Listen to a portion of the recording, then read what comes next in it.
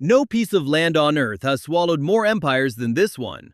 Hittite kings ruled here and vanished into dust. Persian satraps taxed these valleys. Alexander the Great marched through with an army that thought it was unstoppable. Rome built roads across it. Byzantium made it the beating heart of an empire that lasted 1,000 years.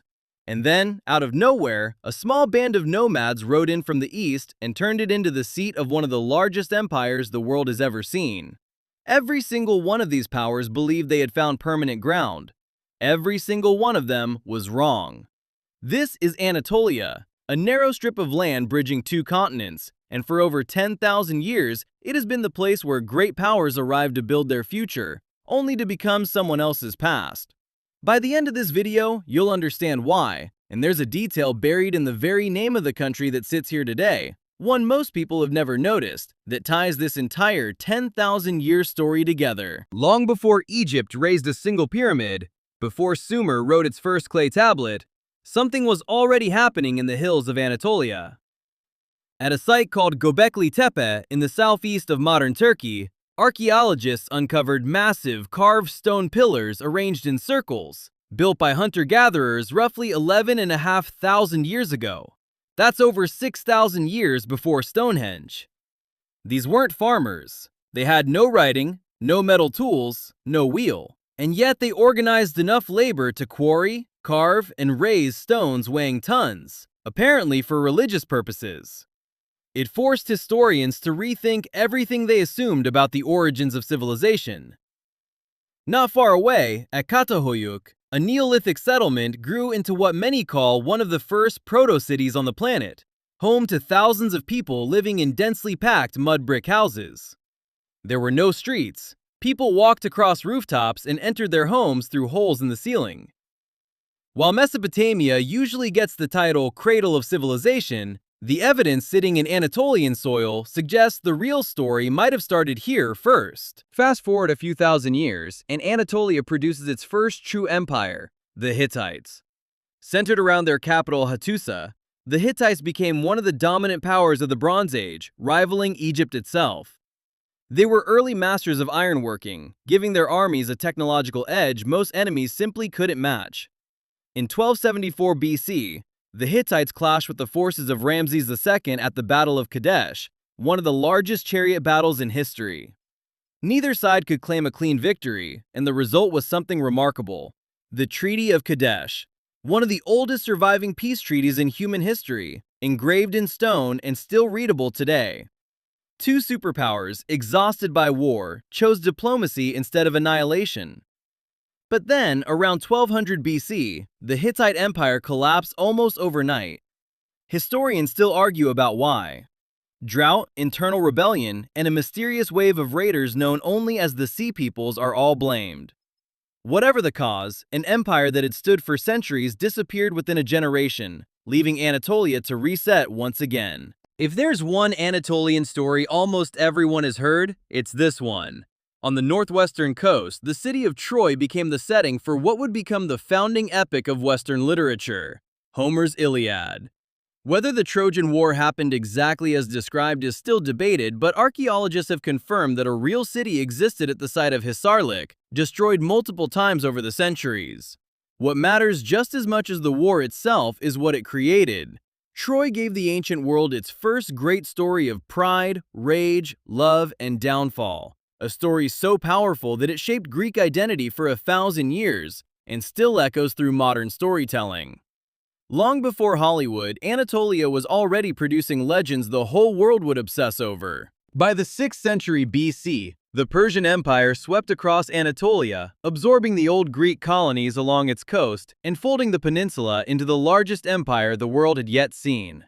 The Persians built the Royal Road, a highway system stretching across Anatolia that allowed messages to travel faster than anywhere else on Earth at the time. Then came Alexander. In 334 BC, the young Macedonian king crossed into Anatolia and began his campaign against Persia. At the city of Gordian, he was shown the legendary Gordian knot, an impossibly tangled rope said to be undoable by anyone except the future ruler of Asia. According to legend, Alexander didn't bother trying to untangle it. He simply drew his sword and cut it in half. True or not, the story became the perfect symbol for how Alexander operated. When the old rules didn't work, he broke them. After Alexander's death, his generals carved up Anatolia into Hellenistic kingdoms, and cities like Pergamon transformed into centers of science, medicine, and philosophy that rivaled anything in Greece itself. Rome eventually absorbed Anatolia into its growing empire, but the real turning point came centuries later. In 330 AD, Emperor Constantine made a decision that would reshape world history. He moved the capital of the Roman Empire from Rome itself to a small city on the Anatolian coastline called Byzantium, renaming it Constantinople. For the next 1100 years, this city would be the heart of the Byzantine Empire, the direct continuation of Rome long after the western half had collapsed. Its greatest achievement still stands today, the Hagia Sophia, a building so architecturally advanced that it defined church design across half the world for centuries. Anatolia also became one of the earliest strongholds of Christianity. The Apostle Paul crossed it repeatedly on his missionary journeys, and some of the very first Christian communities on earth were founded in cities scattered across this peninsula. For centuries, Anatolia had been Greek-speaking and Christian at its core. Then, in 1071, everything changed in a single afternoon. At the Battle of Manzikert, Seljuk Turkish forces, having migrated west from Central Asia, decisively defeated the Byzantine army and captured the Byzantine emperor himself. It wasn't the end of Byzantium, but it was the beginning of the end. Turkic tribes poured into the Anatolian interior over the following decades, and the demographic and cultural character of the peninsula began shifting permanently. Language, religion, and identity all started to transform, laying the groundwork for what Anatolia would eventually become. Out of the chaos following the Seljuk period, one small frontier principality began quietly expanding along the edge of Byzantine territory. It was led by a minor chieftain named Osman. Almost nobody at the time would have guessed that this tiny beylik would eventually grow into one of the largest and longest-lasting empires in world history. The Ottomans expanded steadily for over a century, and then, in 1453, they achieved what centuries of armies had failed to do. Sultan Mehmed II laid siege to Constantinople itself, and after weeks of relentless bombardment, the city fell. The Byzantine Empire, which had survived for over 1,000 years, was finally extinguished. Constantinople was reborn as the Ottoman capital, and the empire went on to stretch across 3 continents, from the gates of Vienna to the shores of North Africa. By the early 20th century, the once mighty Ottoman Empire had become known as the sick man of Europe. Weakened by decades of internal decline and stripped of territory after territory, it entered the First World War on the losing side, and its collapse afterwards seemed total. Foreign powers moved in to carve up what remained of Anatolia itself, but once again, this land refused to simply disappear. A former Ottoman military commander named Mustafa Kemal led a fierce war of independence against the occupying forces, driving them out and salvaging Anatolia as a sovereign homeland. In 1923, the Republic of Turkey was officially declared, and Mustafa Kemal, later given the name Ataturk, father of the Turks, became its first president. An ancient land that had already died and been reborn more times than almost anywhere else on Earth had done it again. So why does this narrow strip of land keep doing this? Why does it absorb the ambitions of history's greatest powers and then quietly outlast every single one of them?